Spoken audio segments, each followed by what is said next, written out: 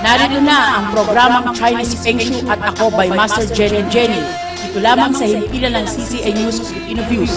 Mapapanood at mapapakinggan tuwing Miyerkules alas 2 hanggang alas 3 ng hapon.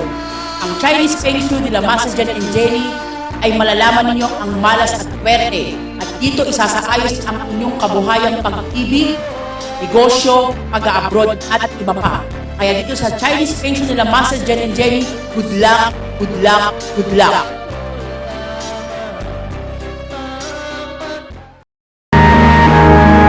Magandang hapon po sa inyo lahat. Ito po ang programang Chinese Feng Shui. Master Jen? Magandang hapon sa inyong lahat. Ngayon po ay araw ng Miyerkules para po sa ating programang Chinese Feng Shui. Dito po mapapanood sa CCN News Filipino Views Channel TV. Ang programa po natin ngayon ay tungkol po sa pagmamalas po ng swerte na ating mga kababayan na mga may problema sa pag-ibig, sa pinansyal, sa trabaho at marami pang iba. Alam mo ang ating mga kababayan, Master Jen, talagang hindi maiwasan yung magkaroon talaga sila ng mga problemang pang-pinansyal. Lalo na yung mga kababayan nating OFW na talaga nangungulila sa kanilang pamilya.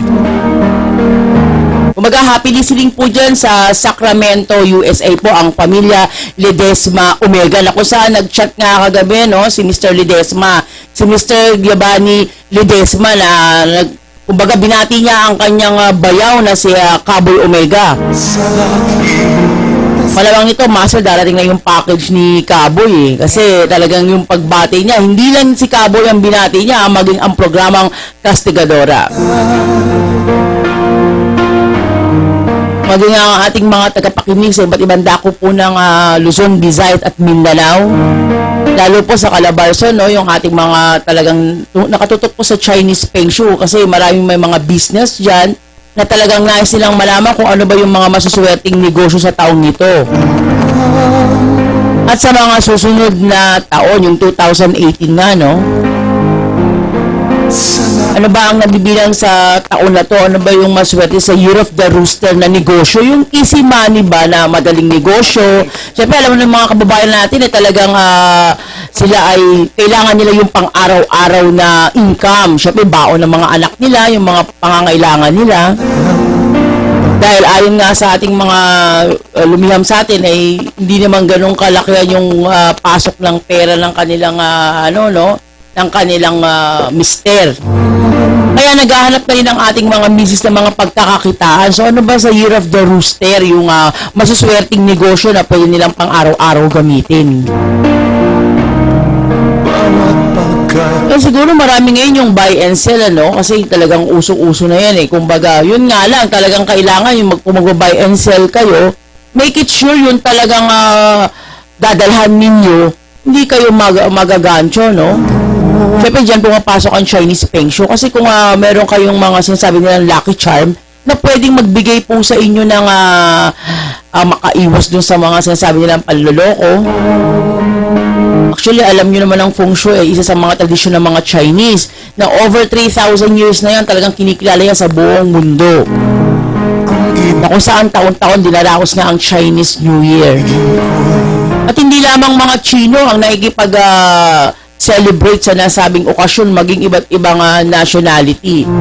Kaya nga meron tayong Filipino-Chinese magkaisa, lalo po pag dumarating nga po ang Chinese New Year, kasi nandiyan yung talagang pampaswerting nakukuha nila, lalo nga pag namimigay ang mga Chinese ng tikoy.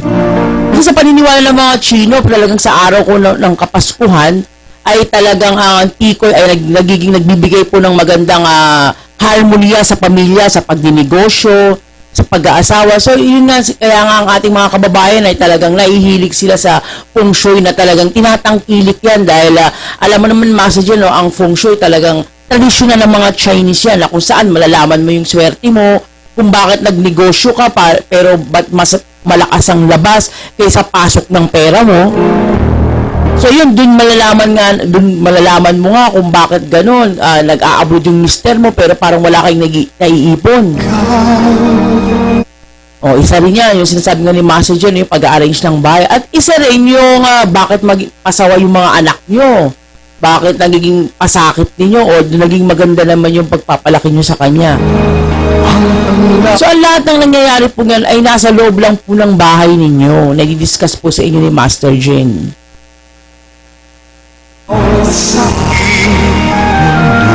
Ano ba yun, Master Jen, yung mga pag-a-arrange ng bahay na pwede silang, makatulong sa pang-araw-araw nila? Kailangan restaurant. Araw-araw ang income niyan. Unti-unting meron silang araw-araw yan, makukuha na nila. Ang silangan mo, kailangan ng silangan at ng araw. No, napaka-importante Sa 'yon, business mo. yung front door po ninyo, no, maging bahay 'yan, especially kung negosyo, no. Kailangan morning yung talaga yung pinaka-araw ninyo sa front door ninyo or sa gate. Yung talagang sinatawag nilang yung pinaka-sunrise mismo. Kasi mas nagbibigay yun ng talagang yung blessing. Ibig sabihin, yung pagsikat pa lang ng araw, kung ano man yung blessing na ibabato sa inyo, talagang matatanggap po ninyo. Talagang napaka-importante yun, no? Alamin po ninyo yung konsilangan, yung inyong, yung paglalagay po ninyo ng gate, yan, yung front door po ninyo, kailangan. Oo, especially kailangan talaga alamin po ninyo kung may mga tadsulok, ano? Kasi depende po yan eh. Kaya sa mga Chinese, marami po talagang ritual na ginagawa. Ngayon, syempre, kung nakabili nga po kayo ng... Kung nataon na nabili ninyong lote ay may puno, iwasan lang ng mga arkitekto ninyong itapat mismo yung pinto sa nasabing puno. Pero kung gusto naman yung tanggalin yan, hindi nyo pwedeng basta putulin yan. Kakabitan lang ng pangon. Yun. Hindi natanggalin. Pwede rin yun, kakabitan ng pangontra, pero sa paniniwala ng mga Chino, kung magtatanggal ka ng isang puno, kasama pati ugat. Talagang patatanggal nyo po talaga. At plus, dun po ibabaon yung 8 lucky charm, tsaka 5 lucky charm, na kung saan nga po, kung saan nga po, yung kaya nga po sila nagkakabit ng 8 lucky charm or 5 lucky charm, ito po yung nagsisirculate po sa lupa ninyo kung may mga bad elements po doon, especially kung lote pa lang, kaya nga dapat po sa mga bibili pa lang ng bahay, na lote pa lang, importante po talagang sumangguni po kayo sa mga expert feng shui. Kasi mas maganda po yung bahay ninyo na o yung lote ninyong pagtatayuan mismo ay mabaunan po yan. Depende po yan kung 8 lucky charm or 5 lucky charm. Napaka-importante po yun. Siyempre yung pagtayo nga po ng bahay ninyo, no, kailangan talaga itatapat sa silangan. At saka kung may 3rd floor, 2nd floor, i-arrange po talaga yung mga hindi tapat-tapat na pinto. Napaka-bad luck po talaga yan, yung tapat-tapat ang pinto. At yung pagkakaroon nga po ng biga sa kisame. Beam. Oo, beam yun. Sa Tagalog kasi biga, sa English kasi is boom. So, importante yung pinakakisame po ninyo, talagang tatakpan po yun. Kasi sa mga nakikita namin mga bahay na hindi furnished, talagang open pa talaga yung kisame nila. Napaka-importante yun na hindi po makikita yung kisame ninyo. Well, syempre sa paggagawa naman po ng kusina o kitchen, dapat hindi po magkakatapat yung apoy at saka yung tubig. Kasi nagko-contradict po yan ng sunog. So kung magkagayon nga po, magkatapat halimbawa yung gas, yung pinaka-gas range po ninyo sa gripo at wala naman kayong space para ilipat o tanggalin, nilalagyan po ng mga feng shui masters yan ng pangontra para makaiwas po tayo sa kontra sunog. Kasi sa paniniwala po ng mga Chino, kung magkatapat nga po ang fire at saka ang water, isa pong malaking trahedya yon, lalo sa larangan po ng pananalapi. Ngayon, yung mga mahilig naman maglagay ng aquarium sa loob ng bahay, so sinasuggest po ng mga feng shui master yan sa labas kung meron po kayong terrace. Kasi ang ang aquarium po, hindi po mainam yan sa pagsasama ng mag-asawa. So nagiging ugat po yan ng pagsiselos, away. So kung meron po kayong yung tawag na aquarium, meron kayong lugar na pwede po yung ilabas, kaysa po yan nasa sala, hindi po talaga yan sa terrace. Ngayon, kung wala naman sila master na terrace at meron naman kayong labasan at may gate naman, pwede nyo pong ilabas yung aquarium ninyo. Well, isa rin yan, kung kasangguli nga kayo sa mga feng shui master, lalagyan na lang din natin ng pangontra yan na pwedeng, kasi alam ko lang na magandang design or isda na pwede nyong ilagay is arwana. Sa paniniwala ng mga Chino, Talagang sa business talaga yan. ang arwana kasi, ang masakit nito, ang arwana, once na namatayan kayo ng arwana, nag-alaga kayo, 1 taon po yan mabigat sa larangan ng pananalapi. Kaya po napakaselan po talaga mag-alaga ng arwana. Kaya kung kayo po mag-aalaga ng kaya kung mag-aalaga po kayo ng arwana, alamin niyo po, tuklasin niyo po kung paano talaga yung pangangalaga sa kanila kasi hindi sila pwedeng sobrang mabusog.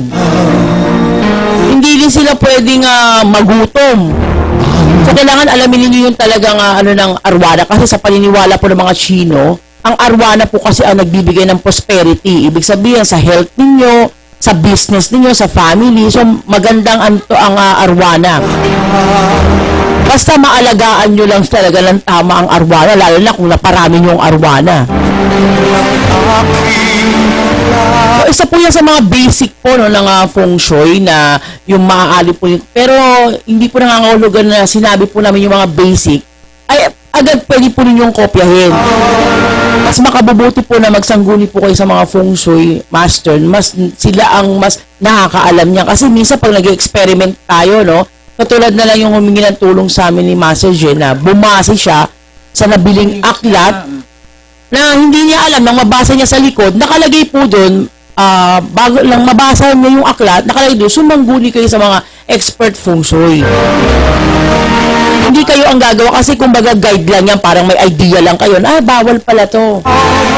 So meron namang mga ibang masyadong exagerada, no? Ang libro dyan, pag pumili ka, tignan mo lang kung anong mali sa bahay mo. Kumbaga, Saka ka magsas...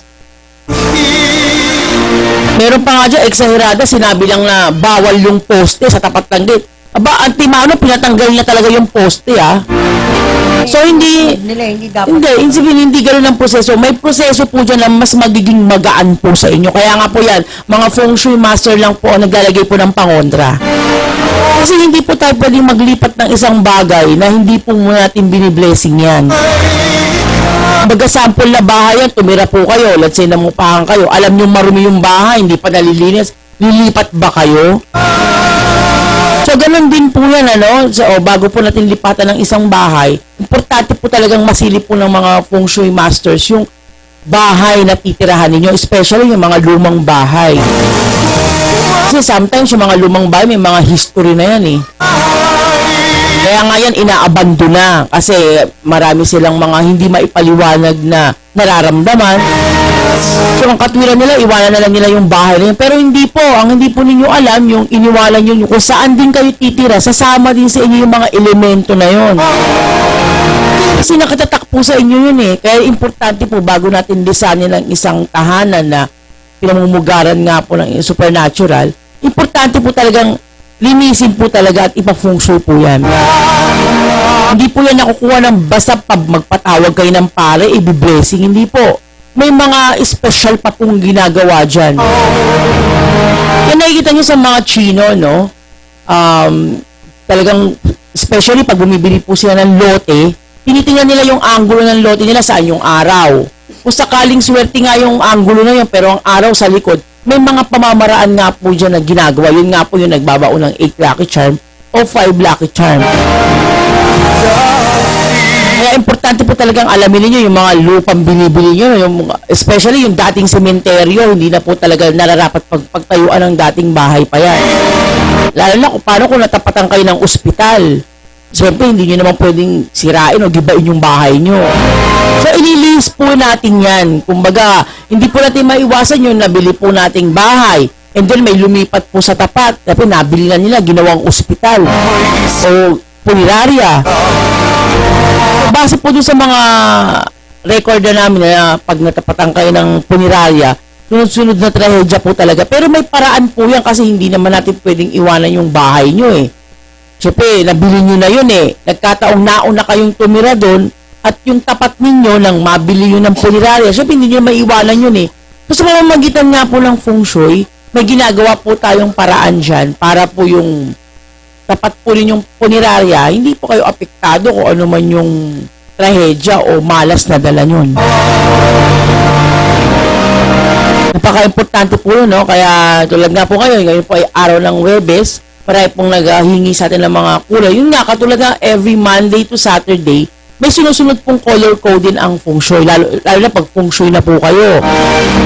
Yun nga po, pag Monday, red.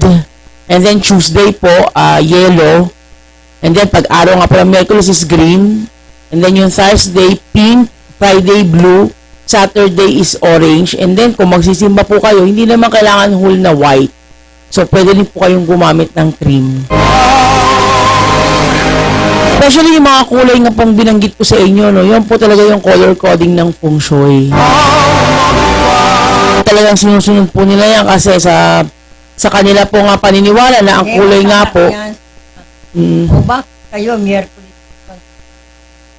Sasagutin natin yan sa magbabalik natin. Papakilala muna tayo ng ating himpilang pinonood.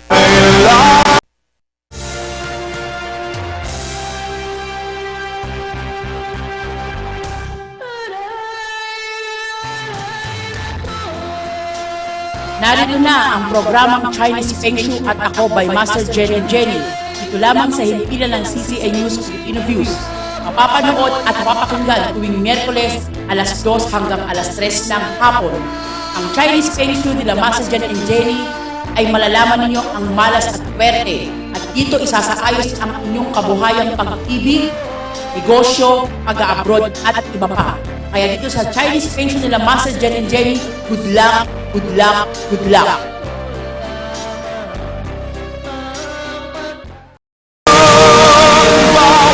Nagbabalik po ang ating programang Chinese Feng Shui. Ang oras po ay sa ganap na alas 2:15 ng hapon. Well, happy listening nga po dyan sa mga nakikinig po sa atin sa India, sa Pakistan, sa Dubai, sa Qatar, sa Saudi Arabia, at may bago po tayo na sa Ohio, California, at syempre ang Sacramento, California na talagang sumusubaybay po ng ating programang Chinese Feng Shui. Binabati nga po natin ang yung nakaraan nga na ating kasamang si Cowboy Omega na nagdiwang po ng kanyang kaarawan ng June 6 po, araw po ng linggo. Kaya antabayan niyo po yan sa aming programang Kastigadora. Ako ano po yung mga kaganapan po na naganap ng okasyon at saka yung pag-ano po ng maharlikan. Master Gina, explain mo nga sa kanila dahil na Merkules na hindi tayo naka-green. Siyempre, sabi nga natin, meron tayong sinusunod na color coding. Akala nyo lang hindi naka-green. Kapag halimbawa hindi kayo naka mas kaloob lang ng katawan nyo, meron kayong green. Pareho yan diba? Nakita nyo yung background namin, na Castigadora. I mean, CCA News, kulay green. Nakikita po ninyo, no? Hindi naman kailangan yung talagang green na green tayo. Para sa loob ng katawan mo. Meron ka lang, katulad ng panyo. Kaya kung meron ka mga may mga accessories ka na may kasamang green. So, nakakasunod ka na rin sa tinatawag nilang color coding Chinese Feng Shui. Pero syempre, meron tayo, hindi katulad talaga ng mga Chino, talagang sinusunod talaga nila yung color nila na talagang, pag sinabing red, talagang lahat ng attire nila is red. Kasi nga, sa paniniwala ng mga Chino, yung tradisyon kasi nila, yun ang nagbibigay sa kanila ng power or ng kasaganahan. Nakita niyo mga Chino, talagang, ang talagang kinikita lang nila, 5 centavo lang, master dyan pero nakita mo yung mga franchise na mga business, lalo yung mga, tawag nila, yung mga bakery nila, talagang naglalakihan yan. Sunod-sunod. Kasi sa kanila, kung halimbawa, ang kita nila is 5,000. Pero yung araw na to, let's say, hindi nila yun kinita. Kumbaga, bumaba yan ng 1,000. Nagpapatawag ka agad sila ng mga feng shui master. Kasi iniisip nila may nakapasok na balakid doon sa business nila Kaya nakita mo, pag tumatanggap sila ng mga trabahante, tinatanong nila, anong pangalan mo, anong birthday mo, anong taon. Kasi dun nila tinutugma kung compatible ka ba, kung kasama ka ba nila talaga sa negosyo nila. Let's say, kung hirap na dragon ka. Ito ba, compatible ba ng dragon tong taong to? Inaalam kasi nila, no, kung ito, kung malilikot ang kamay, meron kasi silang mga pinagbabasihan birthday lang yan. Oo, sa birthday. Kasi alam mo, napaka-importante kasi sa mga Chino yung mga ganitong sistema para makilala na sa larangan ng negosyo, napaka-importante sa kanila. Especially kung ang kanilang negosyo ay may kinalaman sa pagkain at saka yung mga binibenta na ng mga Lucky Charm. Kaya talagang sinusuri talaga nila, no, yung talagang pagkuha ng mga empleyado. Siguro matututo rin tayo sa mga Chino kasi sabi ko nga sa iyo, ang Chinese Feng Shui ay hindi lamang to kinikilala sa Pilipinas, maging sa ibang dako po ng mundo. Every time na mag-Chinese New Year, buong mundo po buong mundo po ay talagang nagdidiwang po ng Chinese New Year. Message yun, may lumiyam sa atin, no, tungkol dito sa mag-asawa na kung saan meron silang 3 anak. Yung kanyang asawa, ito pong lumiham sa amin, ay nagtatrabaho po sa gobyerno, kaya ayaw niyang ipakilala yung kanyang pangalan. So, ang kanyang naging problema, isinasangguni niya yung kanyang asawa na pinupuntahan pa siya message sa trabaho. Kung papasok siya, sinisilip siya, kumbaga updated yung asawa niya. So, ang inaano lang kanyang mister, na parang walang tiwala sa kanyang mister, yung kanyang misis, although 3 na yung kanilang anak. Paano ba niya maiano yung sobrang selos? Kasi alam mo sa mag-asawa talagang hindi naalis yung selos. So, gusto niyang malaman sa iyo, Master Jane, kung ano ba yung paraan na po pwede niyang gawin sa misis niya. Kasi naririnig nga niya yung transfer soulmate, no, sa ating programang Chinese Feng Shui. Sa kanyang problema, ano ba yung mabibigay mo sa kanya na lunas? Kasi yung kanyang asawa, minsan napaka-OA na talaga, pinupuntahan siya sa trabaho, inaalam yung mga transaksyon niya. No? Well, syempre, pag ikaw nga naman nagtatrabaho ka sa gobyerno, hindi kailangan yung meron kang misis na magbabantay sa'yo, papasya lang kasi naiilang siya sa mga kasama niya sa trabaho. Kaya sumangguin siya sa ating programa kung ano bang maibibigay na katwiran ni Master Jen sa kanya. Lina, kahapon Si Lino yun, si Lino. Oo, teka muna. Si Lina, bukod pa rin sa asawa niya, yung nagpunta sa atin, unang minat. Kaya ito si Lina, pinapunta ko rin siya. Ang sabi ko sa kanya, alam mo kako, yung mga ganyang klase katauhan mo. Pang klase ka rin maski saan, yung asawa mo. At saka ang masama pa niya, nagkaroon sila ng okasyon.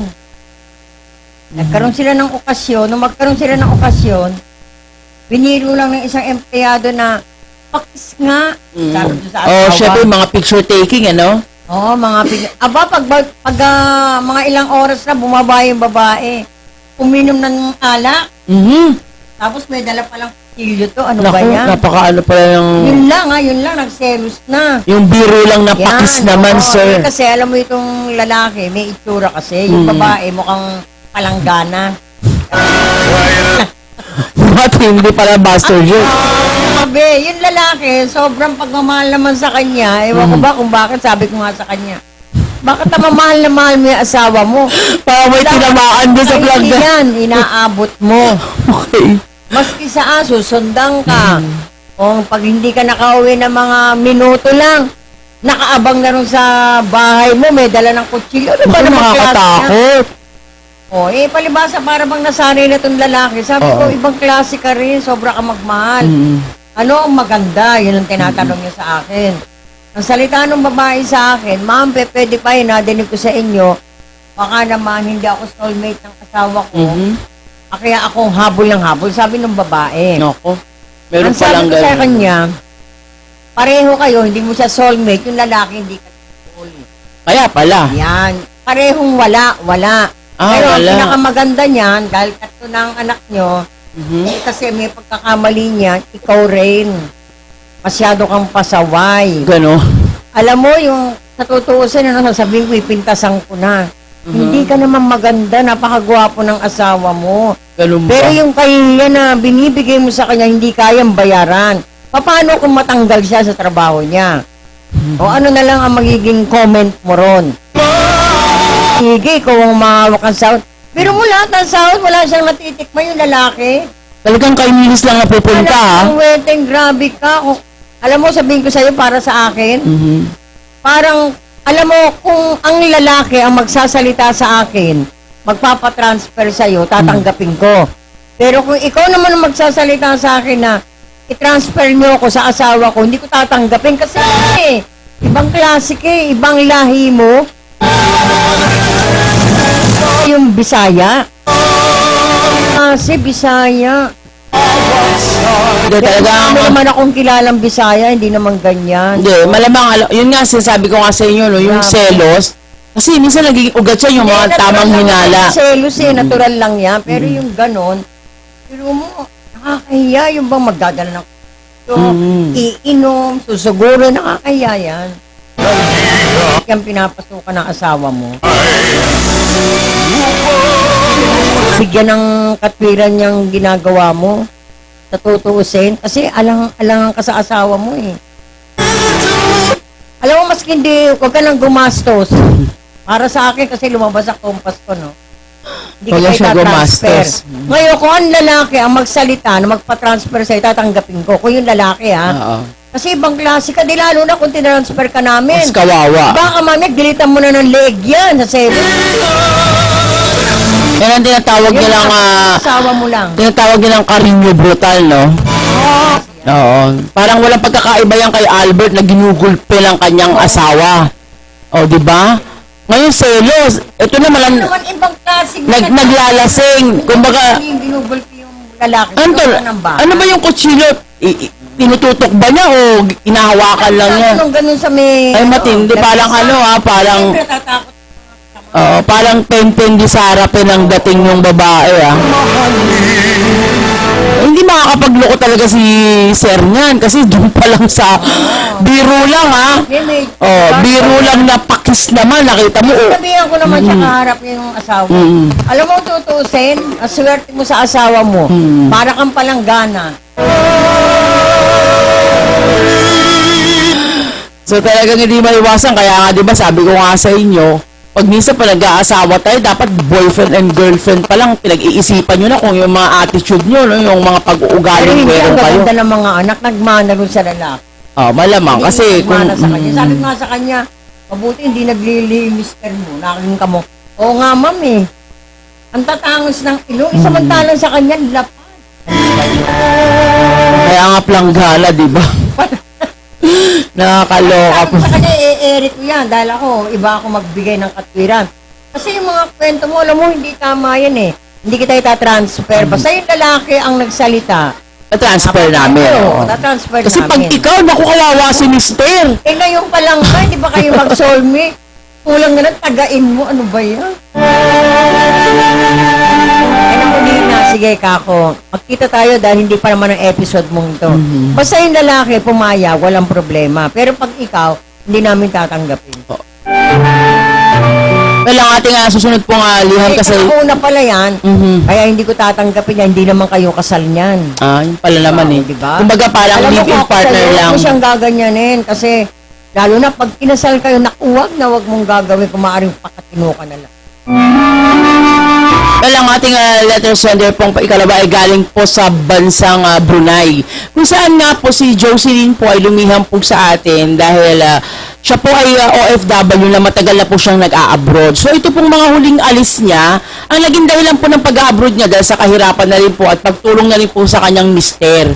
Pero may mas mabigat pa palang problema si Jocelyn na isinungguni sa atin na itinawag niya. Actually, i-chinat niya to sa amin, napanood niya yung aming programang Chinese Feng Shui, na kung saan ang hinihingi niya ng tulong message yun, parang ayaw niya nang umuwi, bumalik ng Pilipinas. Kasi ayon kay Jocelyn, kaya siya nag-abroad, yung unang mga abroad niya ay para matulungan yung kanyang mister kasi maliit nga ang kinikita kasi tricycle driver lang yung mister niya. Ngayon, itong mga huling lakad niya, yung nakakagimbal na kwento niya, na sinasabi niyang wala na siyang balak bumalik sa kanyang asawa. Dahil ayon sa kanya, dahil yung huling pagtatalo nila, nagkaroon sila ng matinding struggle mag-asawa. So parang, hindi niya maintindihan, parang yun na naging ugat, yung ginawa ng mister niya sa kanya, na parang nag-trigger sa kanya na, sa dami ng sakripisyong ginawa niya, nag-abroad siya, mahiwalay siya sa kanyang mga anak para matulungan din niya yung pamilya niya, pamilya ng asawa niya, ay naging, yung sabihin, yung kanyang pagbibigay ng suporta at pagmamahal sa kanyang asawa, ay naging ugat, ay ginantihan pa siya. Ibig sabihin, nagkaroon ng hindi magandang ginagawa yung asawa niya, nagkaroon yata ng bisyo yung asawa niya. na imbis nga naman, kasi yung unang mga pag-abroad niya ayon sa kanya, naging maganda naman na kapag patayo sila master dyan ng bahay. Tutuloy po natin ang ating liham na galing kay Jocelyn sa isang saglit lamang. Papakilala po muna tayo ng ating himpilang pinakikinggan.